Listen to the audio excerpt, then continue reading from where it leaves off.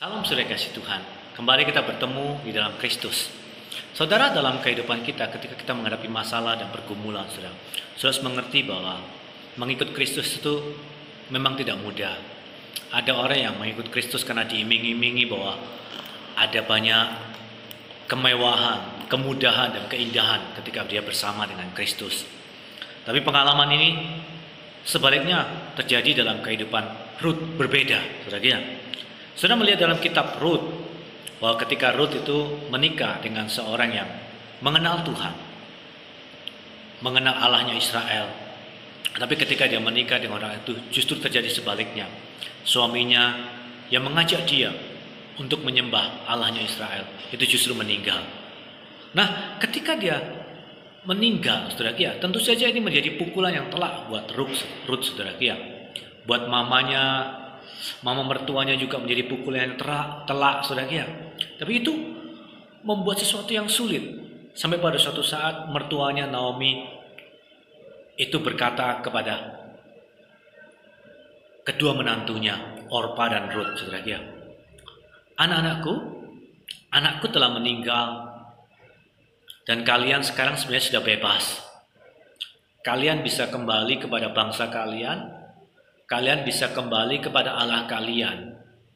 Janganlah mengikuti aku. Karena kalau mengikuti aku gak punya apa-apa. Dan aku tidak bisa memberikan apa-apa yang kujanjikan kepada kamu. Seorang penebus yang bisa menghidupi kalian, yang menegakkan nama kalian. Ketika diberikan pilihan seperti itu, akhirnya si Orpa, menantu Naomi yang satunya, dia kembali kepada bangsanya Moab. Tetapi Rut memberikan pilihan. Dia berkata dalam Rut pasal 1 ayat 16, kata Rut, janganlah desak aku meninggalkan engkau dan pulang dengan tidak mengikuti engkau. Sebab kemana engkau pergi, ke situ jugalah aku pergi, dan di mana engkau bermalam, di situ jugalah aku bermalam. Bangsamulah bangsaku dan Allahmulah Allahku. Sebuah keputusan yang luar biasa yang dibuat oleh Rut, seorang asing yang baru mengikut Tuhan. Dan ketika mengikut Tuhan justru dilanda persoalan yang besar. Kehilangan seorang yang diandalkan, suaminya yang biasa bekerja untuknya. Tetapi dalam keputusannya dia berkata, aku sudah berpindah dari kerajaan gelap kepada kerajaan terang. Aku telah berpindah daripada Allah yang lain kepada Allah yang sekarang. Aku akan tetap mengikuti dia. Banyak keputusan yang tidak mudah dibuat oleh orang-orang zaman sekarang. Tetapi Rut telah memberikan contoh kepada kita semuanya. Biarlah ketika kita mengikut Kristus, sekali Yesus, tetap Yesus. Sekali kita pilih Kristus, tetap kita ikut dia. Walaupun keadaan tidak terjadi seperti yang kita bayangkan. Walaupun kondisi ekonomi ataupun keadaan yang tidak sebaik yang kita bayangkan. Mungkin kondisi fisik kita seperti Ayub. Dia berkata, sekali aku menyembah Tuhan, aku akan menyembah dia. Dan aku tidak akan beralih, akan mengikut dia. Saudara, ketika saudara mengambil keputusan seperti itu, sekali Yesus tetap Yesus, sekali menyembah Tuhan, tetap menyembah Tuhan. Saudara dihargai oleh Tuhan. Ketika kita memiliki sikap seperti itu akan dibuktikan dalam perjalanan kehidupan kita. Dan Rut menjadi pribadi yang tetap semangat hidup dan tetap semangat bekerja. Walaupun pekerjaannya tidak seindah yang dibayangkan, tidak seindah yang dulu. Mungkin saudara, dia tetap mengikut Tuhan. Apa yang dia ikuti sekarang tidak seperti yang dulu lagi. Tetapi dia tetap menyembah Tuhan. Dia tetap berjalan bersama dengan Tuhan. Dan dia bekerja. Dia bekerja memungut berkas-berkas jelai. Bukan seorang petani, di bawahnya petani. Seolah-olah pengemis. Dia mengambil berkas-berkas saja, saudara. Rut pasal 2 ayat 7 dia berkata, tadi ia berkata, izinkanlah kiranya aku memungut dan mengumpulkan jelai dari antara berkas-berkas jelai ini di belakang penyapit-penyapit. Begitulah ia datang dan terus sibuk dari pagi sampai sekarang. Dan seketika pun ia tidak berhenti. Sudah perhatikan, kita harus semangat hidup. Ketika menghadapi persoalan, kita tidak boleh pilih-pilih dalam pekerjaan. Apalagi dalam kondisi yang sulit. Kalau pekerjaan itu sulit, lalu kita adanya pekerjaan yang biasa-biasa saja, ya kita kerjakan saja. Karena pekerjaan yang biasa saja belum tentu akhirnya biasa saja. Mungkin justru pekerjaan yang biasa yang saudara tidak sukai, yang sederhana, yang tampak hina, itu justru membawa kemuliaan. Tapi sebaliknya mungkin sebuah pekerjaan yang tampaknya bagus, tapi saudara tidak berjalan dalam pengharapan kepada Tuhan, tapi ujungnya justru mendatangkan sebuah celaka kepada kita. Rut bekerja, dan ketika dia bekerja memungut berkas-berkas jelek, bosnya melihat orang itu rajin. Dan ketika bertemu dan ditanyakan siapakah dia, orang lain menceritakan dia Rut. Dan bosnya ini sudah mengerti. Ternyata bosnya ini dari dulu sudah mendengar kabar tentang pribadi seseorang yang memiliki komitmen mengikut Tuhan dan sungguh-sungguh dengan Tuhan walaupun keadaan tidak mendukungnya.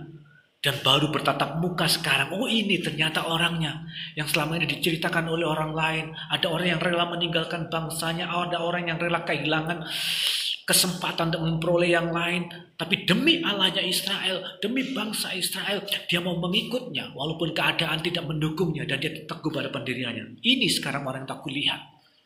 Biar komitmen dan keteguhan hati saudara, Tuhan melihat, Tuhan memperhatikan kesungguhan saudara. Tuhan tidak buta, Tuhan tidak tertidur. Tuhan melihat komitmen, Tuhan melihat kesungguhan hati saudara, Tuhan melihat keteguhan hati saudara dalam mengiring Tuhan. Ketika saudara dilihat bahwa saudara sungguh-sungguh dan baik, saudara rajin. Dan akhirnya Rut itu sampai bersujud. Dalam Rut pasal yang kedua ayat 10 dikatakan, lalu sujudlah Rut menyembah dengan mukanya sampai ke tanah dan berkata kepadanya, mengapakah aku mendapat belas kasihan daripadamu sehingga Tuhan memperhatikan aku, padahal aku ini seorang asing. Saya perhatikan, Rut tetap rendah hati walaupun mendapatkan kebaikan.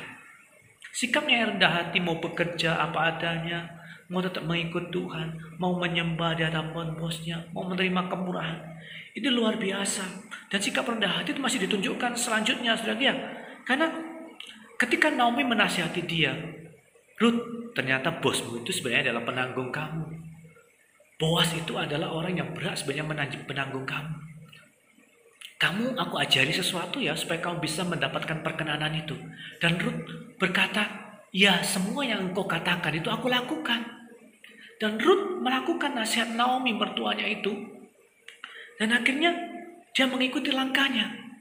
Dan ketika Boas berbaring di dalam Rut pasal 3 ayat 9 dan 18, Boas kaget, ternyata di bawah kakinya ada seorang perempuan. Lalu dia bertanya, siapakah engkau ini? Jawabnya, aku Rut, hambamu. Kembangkanlah kiranya sayapmu melindungi hambamu ini. Sebab engkaulah seorang kaum yang wajib menebus kami.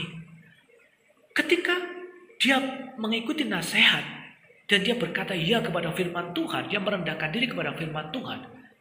Dia memiliki sebuah keberanian untuk berdoa. Sudah perhatikan, keberanian kita berdoa di hadapan Tuhan, itu muncul daripada sikap yang rendah hati. Sikap yang mau taat kepada nasihat. Tapi kalau saudara tidak taat kepada firman Tuhan, sikap hati saudara tidak rendah hati, biasanya keberanian saudara untuk berdoa itu hilang. Tapi kalau saudara rendah hati, saudara benar, saudara berani untuk berdoa. Tuhan Yesus pernah, jikalau engkau ada sesuatu hal syak di dalam hatimu, kamu bereskan dulu, supaya kamu bisa menghadap Tuhan dengan baik. Setelah beres baru kamu bisa menghadap. Nah itu adalah nasihat buat kita semuanya. Mari kita, ketika kita beres, kita berani berdoa. Dan ketika kita menghadapi persoalan demi persoalan yang tidak kunjung selesai, jangan patah semangat sehingga saudara tidak mau berdoa lagi. Semangat untuk berdoa, amin. Nyatakanlah doa saudara kepada Tuhan. Ketika saudara mengerti, Tuhan berkenan kepada saudara. Ketika Rut pulang dan menceritakan segala sesuatunya yang terjadi saat dia berdoa, berjumpa dengan Tuhan dan perkenanan itu, dia kembali kepada mertuanya. Lalu mertuanya berkata kepadanya, duduk sajalah menanti, dalam ayat 18, anakku, sampai engkau mengetahui bagaimana kesudahan perkara itu, sebab orang itu tidak akan berhenti sebelum diselesaikannya perkara itu pada hari ini juga. Saudara mendengar cerita tentang hakim yang lalim, di mana seorang janda ingin perkaranya dibela. Hakim yang lalim itu tidak berhenti, akhirnya dia gelisah dan dia menyelesaikan. Begitu pula Tuhan, ketika dia sudah berkenan kepada saudara, ketika dia sudah mendengarkan doa saudara, Tuhan tidak akan berhenti, dia akan menyelesaikan dan menjawab buat saudara. Siapa yang berseru siang dan malam, Tuhan akan bersegera menolong dia. Apa yang perlu kita lakukan adalah ketika kita tahu Tuhan mendengar doa kita dan Tuhan berkenan kepada kita, kita harus belajar menanti dia. Kita menunggu dia. Jangan kita seperti orang yang kayak cacing kepanasan. Lari ke sana kemari, tabrak sana sini dan sebagainya. Kita menanti Tuhan. Menanti Tuhan mungkin butuh waktu yang lama. Tetapi sikap menanti kita ini adalah merupakan juga iman kita. Ketika kita menanti Dia, kita melihat Tuhan sedang bekerja dalam diri kita. Ketika kita menanti Dia, Tuhan sedang melihat ada iman dalam diri kita. Ada kesabaran dalam diri kita. Ada keyakinan kita kepada Tuhan. Tuhan melihat bahwa kita tidak ragu kepada Dia. Tuhan melihat bahwa kita tidak gentar menghadapi kehidupan ini karena ada Tuhan yang memelihara dan memperhatikan kita. Sikap kita dalam menanti Tuhan itu akhirnya dihargai. Dalam Rut pasal 4 ayat 13 dikatakan, lalu Boas mengambil Rut dan perempuan itu menjadi istrinya dan dihampirinya dia. Maka atas karunia Tuhan perempuan itu mengandung lalu melahirkan seorang anak laki-laki. Rut pasal 4 ayat 17. Pada Naomi telah lahir seorang anak laki-laki, lalu mereka menyebutkan namanya Obed. Dialah ayah Isai, ayah Daud. Boas mengambil Rut menjadi istrinya dan melahirkan keturunan-keturunan ilahi yang luar biasa sampai lahir Yesus Kristus. Sebelumnya Boas memberikan pilihan kepada penebus yang lain. Tapi penebus yang lain ini bukan orang yang mengerti iman dan pengharapan di dalam Tuhan. Ketika dia mendapatkan sebuah pilihan, kalau kamu mendapatkan tanahnya Elimelek, kamu mendapatkan tanahnya Naomi, kamu juga akan mendapatkan Rut, perempuan asing itu, perempuan Moab itu menjadi istrimu. Dia berkata, aku nggak mau.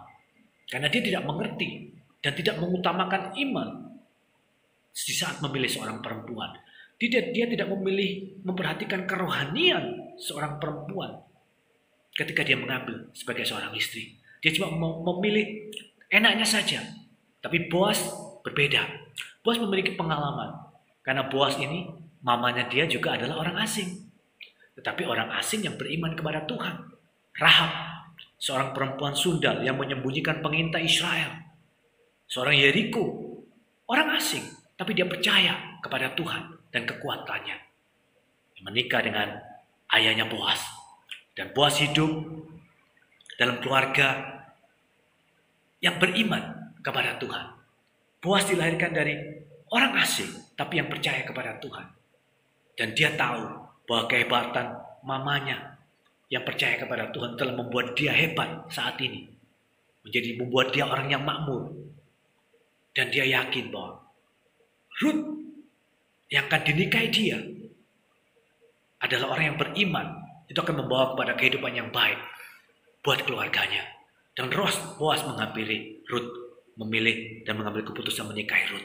Dan akhirnya Rut melahirkan seorang anak yang lahir Obed, Isai, lalu Daud, lalu lahir keturunannya Yesus Kristus. Dan dari seorang perempuan Rut yang memiliki keteguhan hati, percaya kepada Tuhan, yang merendahkan hati, yang mau semangat hidup dan bekerja, yang mau melakukan nasihat firman Tuhan, mau tetap berdoa, dan mau menanti Tuhan, tidak gentar dalam pengharapannya kepada Tuhan. Lahirlah saudara dan saya, anak-anak Tuhan, orang-orang yang berpengharapan kepada Tuhan. Biarlah pengharapan dan iman saudara tetap teguh di hadapan Tuhan. Sekali Yesus tetap Yesus. Percayalah, Dia akan menolong saudara. Dia akan melindungi saudara, Dia akan memunculkan kebenaranmu seperti fajar dan hakmu seperti siang. Ketika engkau beriman, Tuhan memperhatikan imanmu.